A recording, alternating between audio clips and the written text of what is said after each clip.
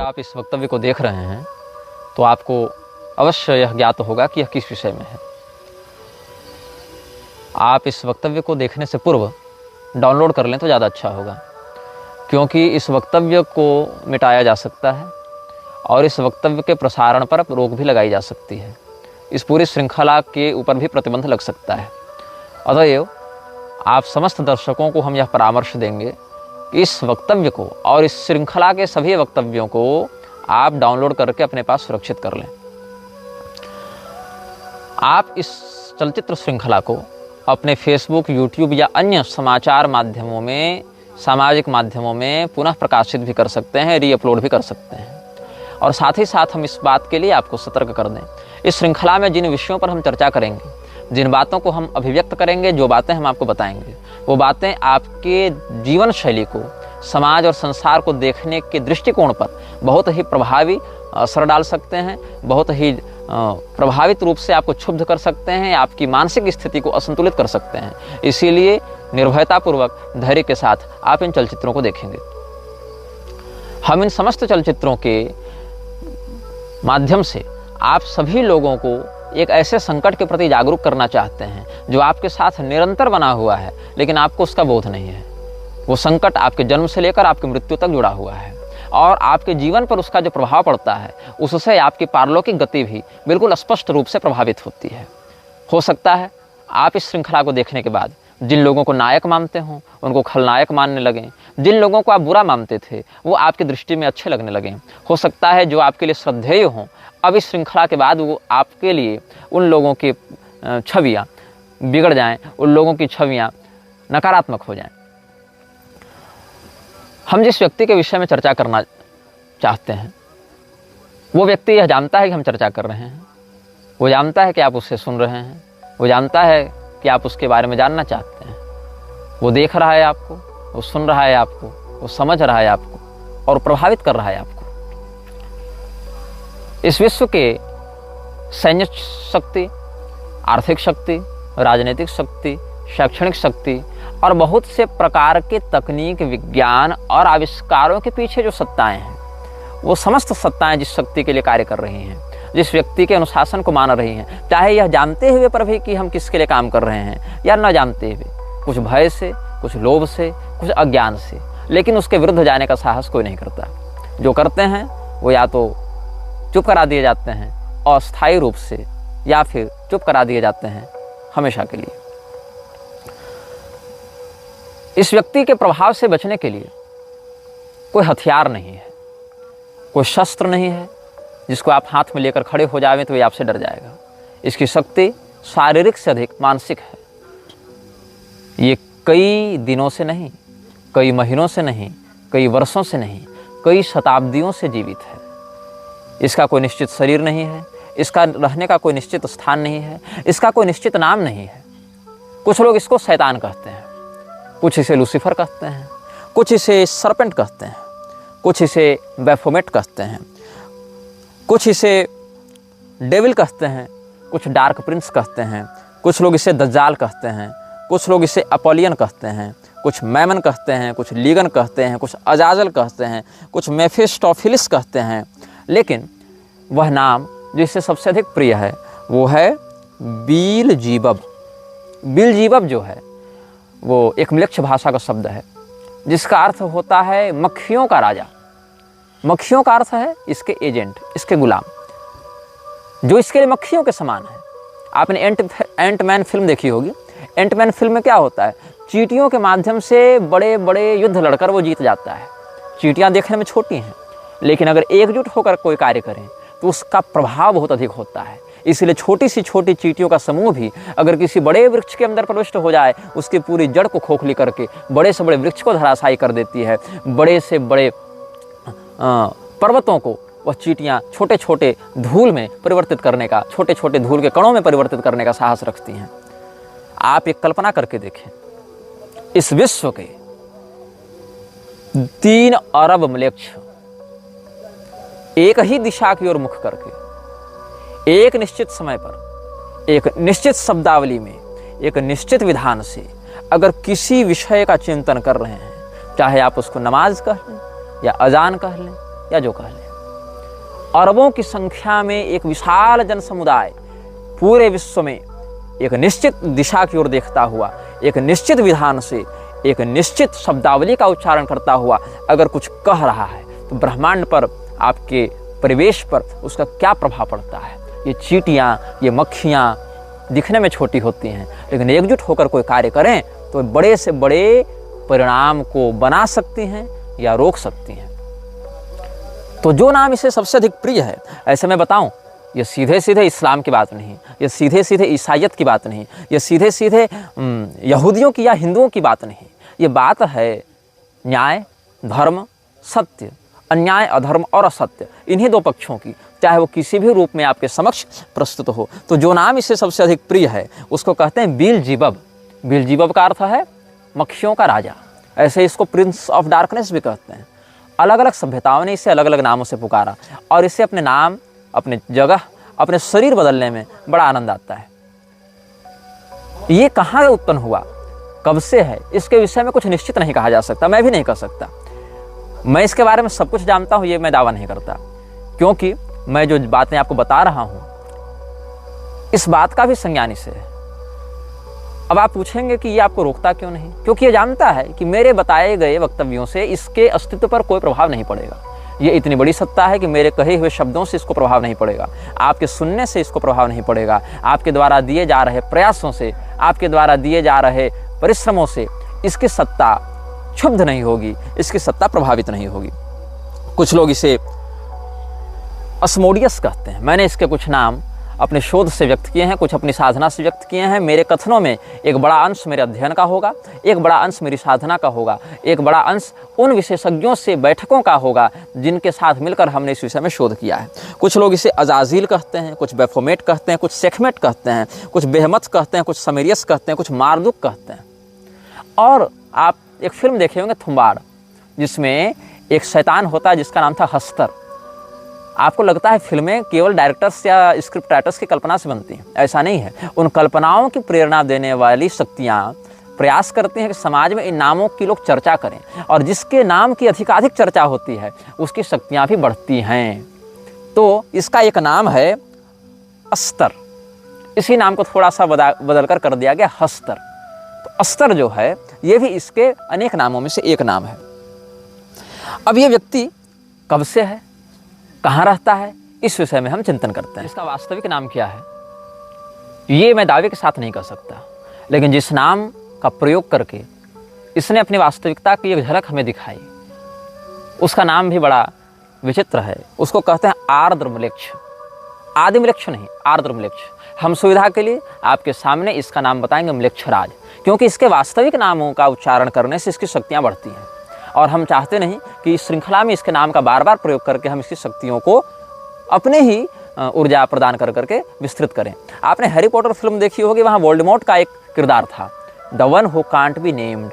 उसका नाम लेने से लोग डरते थे। मैं डरता नहीं हूँ, इसीलिए श्रृंखला को निर्गत कर रहा हूँ, लेकिन मैं ये बात आपको अवश्य बता दूँ कि इसके वास्तविक नामों का आप जितना कम प्रयोग करें उतना अच्छा है। वास्तविक नाम है आर्द्रम्लेच्छ, लेकिन आप अच्छे से समझ जाएं, इसके लिए हम इसके नाम का प्रयोग करेंगे म्लेच्छराज के रूप में।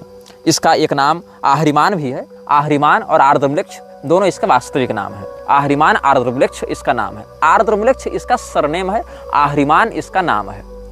तो आहरिमान आर्द्रम्लेच्छ ये इसका पूरा नाम है, first name and last name.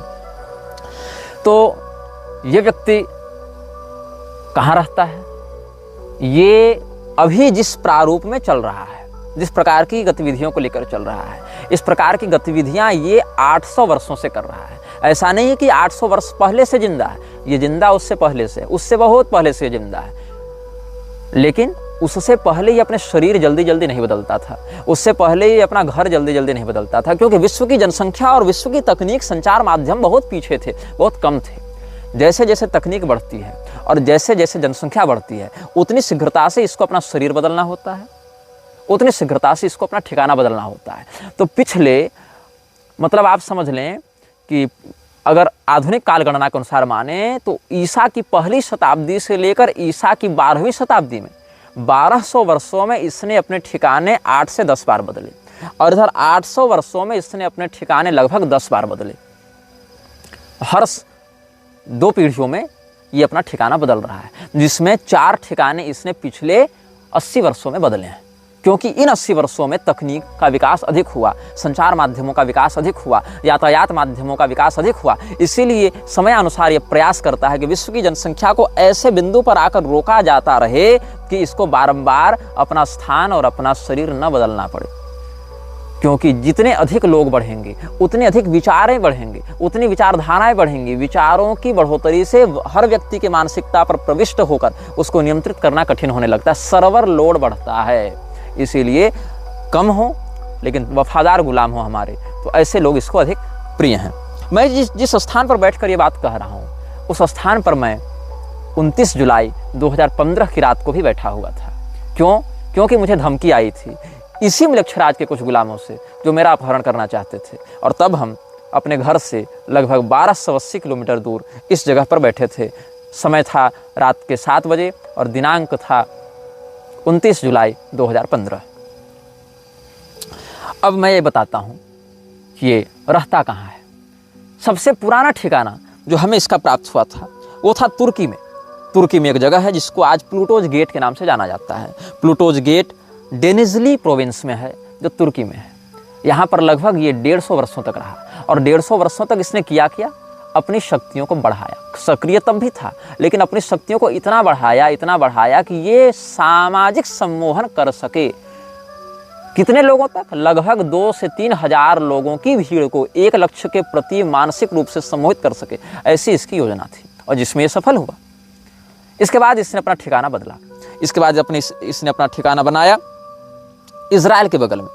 अब वो फ़लस्तीन है या वो इजराइल है, इस विवाद में हम नहीं पड़ेंगे क्योंकि ये झगड़े का विषय है। लेकिन इजराइल हो या फ़लस्तीन हो, इसने जेरिको या जेरिचो, जो भी इसका उच्चारण भाषा में किया जाता है, JERICHO, जेरिचो या जेरिको, जहाँ तक जेरिको होना चाहिए उच्चारण, ये फ़लस्तीन का प्रांत माना जाता रहा है या इजराइल का प्रांत माना जाता रहा है। ये विवादित विषय है, लेकिन इसने अपना ठिकाना यहीं पर बनाया। अभी इस वीडियो क्लिप में 4 मिनट की रिकॉर्डिंग हमारी नहीं हो पाई थी किसी तकनीकी खराबी के कारण। इस श्रृंखला की घोषणा जब हमने की थी, उसी समय से हमारे फ़ोन पर ऑटोमेटिक फीड्स में कुछ ऐसी बातें स्वयं आ रही हैं जो कि ऑफलाइन बातें हैं। ऐसा नहीं कि मैं कुछ नेट पर सर्च कर रहा हूँ या कुछ मैं ट्रेलर रिलीज कर रहा हूँ तो उसका एल्गोरिदम पकड़कर कुछ सजेशंस मिल रहे हैं, ऐसा नहीं है। मतलब बिल्कुल ऑफलाइन तरीके से भी जिस मोबाइल से वाईफाई या सिम कनेक्टेड नहीं है, उन मोबाइल्स पर भी कुछ सर्च करने पर, फोल्डर पर भी सर्च करने पर, ड्राइव में भी सर्च करने पर कुछ ऐसी बातें अप्रत्याशित रूप से सामने आ रही हैं जो कि हमारी संज्ञान में नहीं थी। और अभी क्या हुआ कि जब मैं इस क्लिप की दूसरी प्रति बना रहा था, एक दूसरा भाग अब रिकॉर्ड कर रहा था, तो लगभग 5 मिनट रिकॉर्डिंग होने के बाद वो स्वयं कैमरा बंद हुआ और उसके बाद वो रिकॉर्डिंग स्वयं मिट गई। इसीलिए हम इस वक्तव्य को पुनः रिकॉर्ड कर रहे हैं। ठीक है, तो हम बता रहे थे आपको कि वो भाग जो इजराइल और फिलिस्तीन के मध्य विवादित है, जेरिको जिसको कहा जाता है, वहाँ पर इसने बहुत तपस्या की और ये जीसस का समकालीन समय था। तो जीसस का जन्म जो है वो इसके उद्देश्य को पूर्ण करने के लिए तो नहीं हुआ था, लेकिन अंततः इसने जीसस के उद्देश्य में अपना उद्देश्य घुसा दिया और वो काम किया जो काम जीसस नहीं चाहता था। मैं जीसस का महिमामंडन नहीं कर रहा, जीसस को प्रोत्साहित नहीं कर रहा, जीसस की वकालत नहीं कर रहा। मैं बस ये बता रहा हूँ कि जीसस से जब इसकी मुलाकात हुई थी तो जीसस ने अपने अनुयायियों को सतर्क किया था। जॉन 14:30 में आप इसका प्रमाण देख सकते हैं। जीसस ने इसके आगमन की बात कही थी। जीसस जानता था कि आ रहा है, जीसस को अपने वश में लेने के लिए, और जीसस ने अपने अनुयायियों को सतर्क किया और कहा था कि विश्व का शासक आ रहा है, लेकिन उसका शासन मुझ पर नहीं चलता, क्योंकि कोई भी संपदा हो, चाहे दिव्य संपदा हो चाहे आसुरी संपदा हो, जब वो दिव्य संपदा या आसुरी संपदा का कोई व्यक्तित्व जन्म लेता है इस संसार में, जिसका व्यापक प्रभाव जनमानस पर पड़ेगा, तो वह व्यक्ति बहुत प्रबल ग्रह दशा के साथ युक्त होकर आता है। तो अगर वो आसुरी व्यक्ति है तो दिव्य संपदा वहाँ हस्तक्षेप जल्दी नहीं कर पाती है, या अगर वो दिव्य संपदा से युक्त है तो आसुरी शक्ति वहाँ हस्तक्षेप नहीं कर पाती है। और कई बार ऐसा होता है कि दिव्य में दिव्य का हस्तक्षेप और आसुरी में आसुरी का हस्तक्षेप भी नहीं हो सकता है। जैसे कि राजा उत्तानपाद के पुत्र ध्रुव जब तपस्या करते थे तो देवताओं ने बड़ी माया दिखाई, वहाँ दोनों दिव्य संपदा है लेकिन असर नहीं कर पाई। यहाँ पर आसुरी संपदा में देखें, रावण और निवात कवच राक्षसों के बीच में युद्ध हुआ है, दोनों आसुरी संपदा के हैं, लेकिन निवात कवचों की आसुरी शक्तियाँ रावण के ऊपर हावी नहीं हो पाई। तो यहाँ पर दोनों मृक्ष शक्तियाँ टकराई हैं, लेकिन मृक्षराज उस समय, जो आर्द्र मृक्ष है, वो उस समय अहरिमान का शासन जीसस पर नहीं चल पाया। इसलिए जॉन 14:30 में जीसस ने कहा अपने अनुयायियों को कि I will no longer talk much with you for the ruler of this world is coming. इस विश्व का शासक आ रहा है। तो वह विश्व का शासक गॉड नहीं था, वो उस विश्व के शासक का नाम था आर्द्रम्लेक्ष अहरिमान। और उसने कहा म्लेच्छराज का शासन मेरे ऊपर अभी नहीं चल रहा है, he has no power over me, ये जीसस ने कहा। और जीसस के ऊपर उस समय प्रभाव नहीं पड़ पाया, इसीलिए 300 वर्षों तक म्लेच्छराज ने अपनी तपस्या को बढ़ाया। और कॉन्टेस्टिन के समय जीसस का ब्रांड उठाते हुए, जीसस का नाम लेते हुए कॉन्टेस्टिन के माध्यम से म्लेच्छराज ने अपनी शक्तियों को आगे बढ़ाया। और इसमें उसको 300 वर्षों का समय लगा ताकि विधिवत वो समाज में अपने विकृति का प्रसारण कर सके। और इस समय वो कहाँ था? उस समय न्यू ऑरलिन्स लुसियाना में था, जहाँ गेट्स ऑफ जीनी है। गेट्स ऑफ जीनी नामक स्थान पर म्लेच्छराज ने 300 वर्ष अपना निवास बनाया। और लुसियाना शहर में, जो कि एक म्लेच्छ प्रांत है, वहाँ पर इसने अपनी शक्तियों को बढ़ाने का काम किया। इसके बाद लगभग हर 100 साल 150 साल में ये अपना स्थान बदलता रहा, जिसमें ये जापान आया और श्रेजान की पहाड़ियों में इसने तपस्या की। फिर ये चीन आया, वहाँ चोंग क्विंग मिंग के पहाड़ी में इसने तपस्या की। फिर ये ग्रीस आया, वहाँ केप मेटापान की गुफाओं में इसने तपस्या की। फिर ये चेज गणराज्य चला गया, जहाँ इसने किला बनाया जिसको हौस्का कैसल कहा जाता है। हौस्का कैसल में इसने तपस्या की। वो किला 3-4 बार बना है, लेकिन प्रारंभ में उसने म्लेच्छराज ने ही इसकी नींव रखी थी। यहाँ पर ये अभी भी विद्यमान है, इन जगहों पर अभी भी इसके मुख्यालय विद्यमान है। फिर ये इटली में 2 मुख्यालय बनाता है। चेज रिपब्लिक के बाद इटली पहुँचा। इटली में इसने अपने 2 मुख्यालय बनाए, एक केव ऑफ सिविल में, सिविल की गुफा में इसने बनाया, और एक रोम में भी इसकी गद्दी है जिसको लेक्टस कर्टियस कहते हैं। लेक्टस कर्टियस की जो गद्दी है वो इटली के रोम में है, वहाँ पर म्लेच्छराज की एक प्रधान गद्दी है। फिर वहाँ से ये मैक्सिको पहुँचा, जहाँ पर मिक्टलैन एक स्थान है, वहाँ पर इसकी गद्दी है। बेलीज में एक्टोन टूनिसिल मुखनाल नाम की गुफा है, वहाँ पर इसका है। आइसलैंड में एक ज्वालामुखी है, उसके अगल बगल भी इसका शासन था, जिसको हेकला ज्वालामुखी कहा जाता है। फिर पेंसिल्वेनिया में सप्तद्वार नामक स्थान है, 7 गेट्स ऑफ हेलम, वहाँ पर भी एक इसका स्थान है। और ग्रीस में मैं बता चुका हूँ केप मेटापेन गुफाएं, वहाँ पर भी, मतलब कहीं पहाड़, कहीं किला, कहीं गुफा, ऐसे स्थानों पर तपस्या करता रहा। अब प्रश्न है, तपस्या इसने किसके की?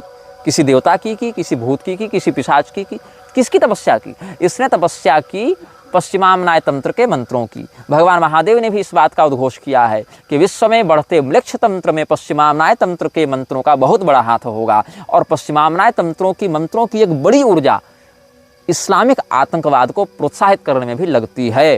तो उस मंत्र की उसने आराधना की, साधना की, मंत्राधिष्ठात्री आसुरी शक्तियों की इसने आराधना की।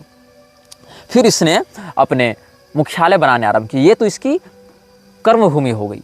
इन स्थानों पर इसने अपनी शक्तियों को बढ़ाया और अपनी शक्तियों को, ये 12वीं शताब्दी तक की बात है। 12वीं शताब्दी के बाद ये आया प्रोवो ऊटा नामक स्थान पर। प्रोवो ऊटा स्थान पर आकर इसने अपनी एक गद्दी स्थापित की, अपना एक मुख्यालय बनाया। फिर ये माल्टा चला गया। माल्टा शहर में जो गोजो द्वीप है, गोजो द्वीप पर इसने कब्जा किया। माल्टा शहर में ये रहा। उसके बाद मैंने जहाँ तक हमारी बुद्धि जा पाई भौतिक और आध्यात्मिक स्थिति से, वहाँ तक हमने इसका शोध किया है। और मैं बताऊँ, फिर ये स्कॉटलैंड गया, वहाँ स्काराब्री नामक स्थान पर ये रहा। फिर ये उत्तरी स्लोवेनिया गया और वहाँ पर पोटोक की गुफाओं में रहा। फिर ये इराक पहुँचा, कुर्दिस्तान इराक के क्षेत्र में इवरिल का सीटाडेल इसने बनवाया, वहाँ पर ये रहा। फिर फ्रांस चला गया, वहाँ पर लेस्कक्स की गुफाओं में रहा। फिर स्पेन के केव ऑफ इल कैस्टेलियो में ये रहा। उसके बाद ये तुर्की आया, गोवेकली टेप में ये रहा। इस प्रकार से अलग अलग स्थानों पर घूमता हुआ अंत में ये पहुंचा कोला प्रायद्वीप। कोला प्रायद्वीप में आज से 50 साल पहले म्लेच्छराज रहता था। जब कोला प्रायद्वीप में वैज्ञानिकों का शोध बढ़ने लगा तो कोला प्रायद्वीप को छोड़कर ये पहुंच गया तुर्कमेनिस्तान के काराकुम रेगिस्तान में। और पिछले 1 साल तक ये तुर्कमेनिस्तान के काराकुम रेगिस्तान में रहता था। अब ये जिस स्थान पर रहता है वो दिखता कैसा है, इसकी झलक अगर मैं कुशल चित्रकार या एनिमे डिजाइनर होता तो आपको मैं दिखा देता, लेकिन मैं असमर्थ हूँ। मैंने एआई से इसके घर का डिजाइन बनाने का बहुत प्रयास किया। लगभग मैंने अपने जीवन के 3 दिन दिए, जहाँ तक मेरे पास तकनीकी ज्ञान है, ग्राफिक डिजाइन है मेरे पास। मैंने 3 दिन परिश्रम किया, लेकिन जो मैंने देखा इसके घर का नक्शा वो मैं नहीं दिखा सकता हूँ आपको। मैंने बहुत परिश्रम किया, क्षमा कीजिएगा, मेरे पास वो डाटा नहीं है। मैं बस आपको वर्णन करता हूँ, आप अपने नेत्र बंद करके वो जानकारी को सोचने का प्रयास करें कि आप एक ऐसे स्थान पर हैं जो लगभग आधा किलोमीटर लंबा और आधा किलोमीटर चौड़ा है। मतलब वो स्क्वायर नहीं है, आप ऐसा समझें कि वो आधा किलोमीटर रेडियस का एक गोलाकार क्षेत्र है। उस गोलाकार क्षेत्र के मध्य में एक तल्ले का एक घर है।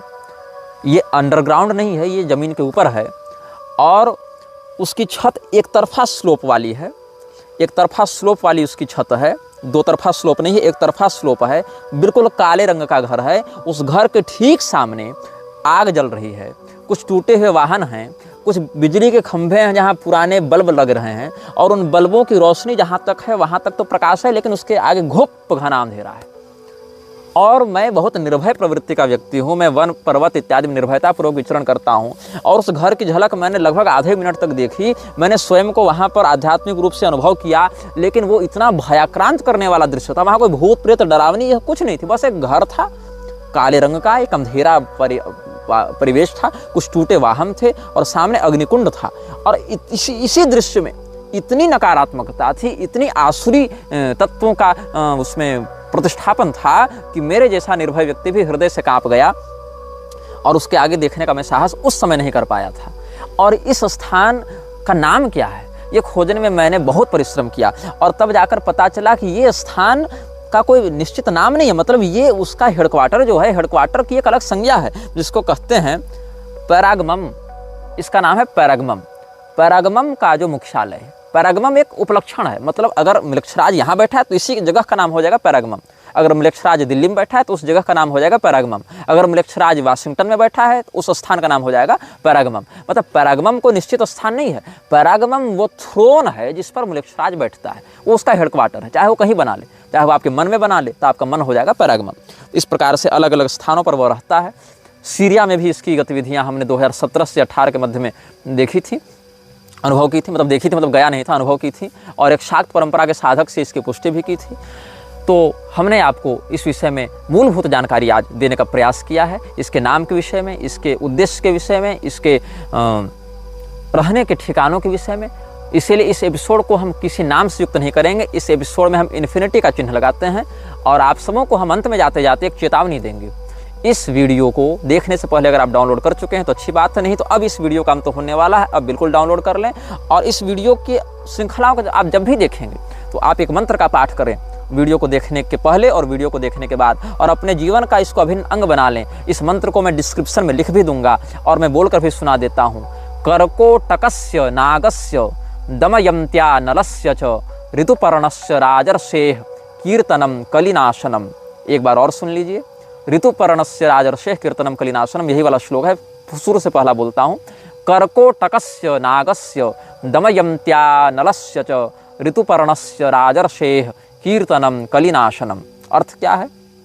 निषध देश के राजा नल, विदर्भ देश की राजकुमारी दमयंती, अयोध्या के महाराज ऋतुपर्ण और कर्कोटक नाग, इन चारों का स्मरण करने से कलि पुरुष, कलियुग आपको पीड़ा नहीं देता, बाधा नहीं देता। आप अभी जिस आध्यात्मिक स्थिति में हैं, अपने इष्ट का चिंतन करते हुए, अपने गुरुमंडल का चिंतन करते हुए, अपने कुलागमोक्त देवताओं का चिंतन करते हुए इस मंत्र का अधिकाधिक चिंतन करें, पाठ करें। प्रातःकाल उठकर इसका अधिकाधिक चिंतन किया करें, इस मंत्र के अर्थ का चिंतन किया करें और परब्रह्मणे नमः ऐसा कह के भगवान को प्रणाम करें, अपने इष्ट को प्रणाम करें। और म्लेच्छराज से आपका जीवन मानसिक, शारीरिक, सामाजिक रूप से प्रभावित न हो, इसके लिए अपने मन को अधिकाधिक सबल बनाएं, क्योंकि आपका भय ही म्लेच्छराज का आहार है। यह वीडियो जल्द ही हटा दिया जा सकता है। कृपया थर्ड पार्टी एप्स का उपयोग करके डाउनलोड करें। आप इस वीडियो को अपने चैनल पर फिर से अपलोड भी कर सकते हैं।